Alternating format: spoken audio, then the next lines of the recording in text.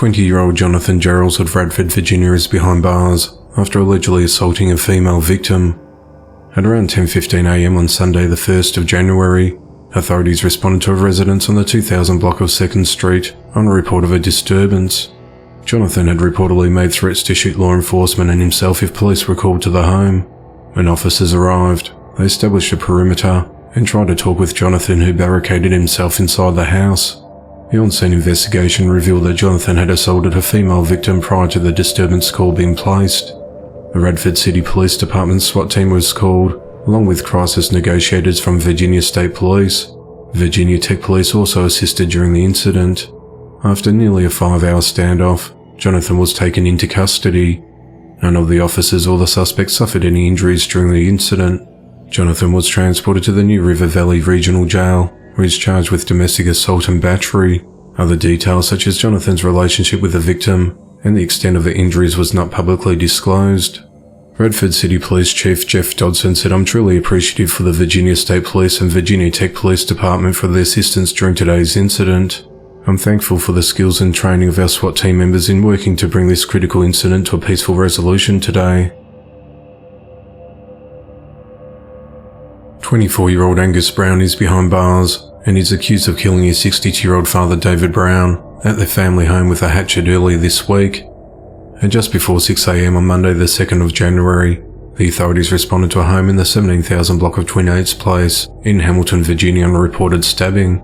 When first responders arrived at the residence, they went inside and found David in a critical condition, suffering from deep lacerations that appeared to be from a hatchet. Paramedics rendered first aid to David, but they were unable to save him, and he was pronounced dead at the scene. David's wife and another son were home at the time. Angus was identified as the suspect, and he fled from the house armed with a hatchet. Deputies found him in the driveway next door, and he was taken into custody without incident.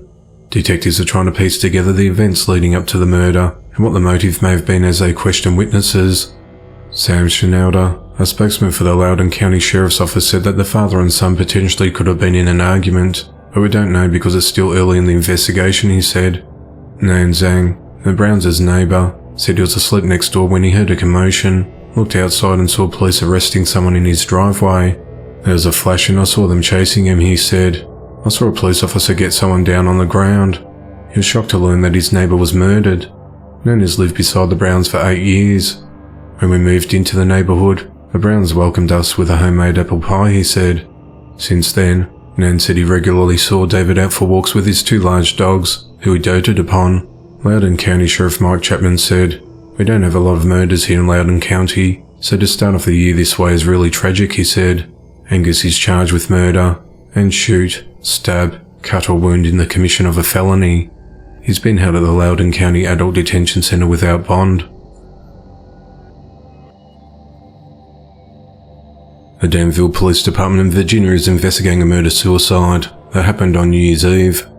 At 9:23 p.m. on Saturday the 31st of December, authorities responded to a home in Glen Oak Drive, near the intersection of Lanier Avenue, for an urgent well-being check. When officers arrived at the residence, they forced their way inside and found 32-year-old Chena Habera dead from a gunshot wound. Police also found the suspect, 32-year-old Jamison Braxton Sears, dead from a self-inflicted gunshot wound. Authorities said that Jamison and Chena lived together at the home. It's unclear who requested the welfare check. Police do not believe there's any other suspects involved. The bodies have been transported to the medical examiner's office in Roanoke for an autopsy. Limited information has been provided by police at this early stage of investigation.